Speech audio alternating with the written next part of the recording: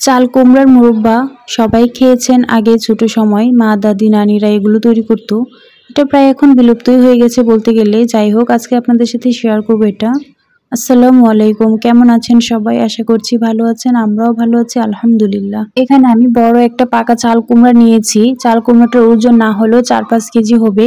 তো এখন আমি এটা ছিলে ভালো করে কাঁটা চামচ দিয়ে সবগুলো কেচে নেব।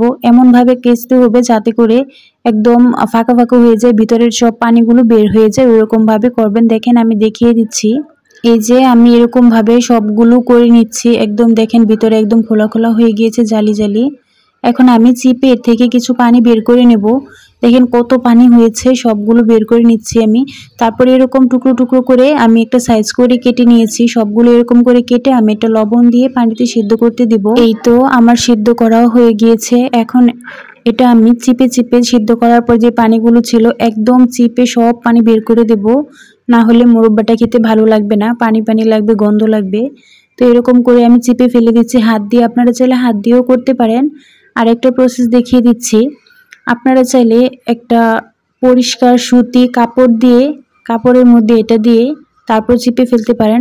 আমি দেখেন এই তো আমি একটা পরিষ্কার কাপড় নিয়েছি, নিয়ে এটার মধ্যে দিয়ে আমি এভাবে চিপে ফেলে দিচ্ছি। তারপর শেপটাও কি সুন্দর গোল গোল হয়। এভাবে আমি সবগুলো থেকে পানি নিংড়ে একদম বের করে নিয়েছি। দেখেন কত পানি হয়েছে, আমার সবগুলোই তৈরি করা হয়ে গিয়েছে। এখন আমি পরবর্তী প্রসেসে চলে যাব। তার জন্য আমি চুলায় আগে থেকেই কড়াইতে একটু তেল দিয়ে দিলাম। তারপর যেগুলো আমি নিংড়ে পানি ফেলে রেখেছিলাম সবগুলো দিয়ে এখানে ভেজে নেব। আপনারা যদি চান তাহলে এখানে ঘি দিয়েও আপনারা এটা ভাজতে পারেন। আমার কাছে ঘি ছিল না, তেল দিয়ে আমি ভেজে নিলাম। তো আমি এটা একদম কড়া করে ভাজবো না, তাহলে কালারটা নষ্ট হয়ে যাবে বা দেখতেও সুন্দর লাগবে না। হালকা একটু ভেজে নেব যাতে করে গন্ধটা চলে যায়। তো এরকম করে সবগুলোই তৈরি করে নিলাম।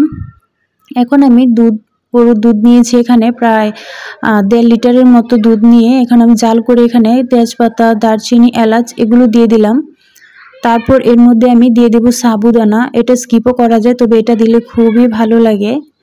তো আমি বেশ কিছু সাবু এখানে দিয়ে দিলাম। তো সাবুটা ফুটে আসলে তারপর আমি এখানে চিনি অ্যাড করবো, একটু লবণ দিয়ে দিলাম। মিষ্টি খাবারে লবণটা দিলে খুবই ভালো লাগে। এখন আমি কিছু কিশমিশও দিয়ে দিলাম ধুয়ে। তো আমি অনবরত নেড়ে ছেড়ে দুধটা জাল করে নেব ভালো করে। কিছু নারকেল কুড়ানো দিয়ে দিলাম, আগেই নারকেলটা কুড়িয়ে রেখেছিলাম। এখন এর মধ্যে আমি ভেজে রাখা কুমড়োগুলো দিয়ে দিব, সবগুলোই দিয়ে দিলাম। যখন সাবুটা হবে তখন এর মধ্যে আমি চিনি অ্যাড করে দেব, কারণ না হলে সাবুটা ফুটবে না আগে যদি আমি চিনি দিয়ে দিই। তো এখন আমি চিনি দিয়ে দিলাম পরিমাণ মতো, যতটুকু আমি মিষ্টি খেতে পছন্দ করি সেই অনুযায়ী চিনি দিয়ে দিলাম। তো দেখেন আমার মোরব্বাটা একদম পারফেক্টভাবে হয়েছে, খুবই সুন্দর হয়েছে। ভালো লাগলে লাইক কমেন্ট শেয়ার করে দিবেন। আল্লাহ হাফেজ।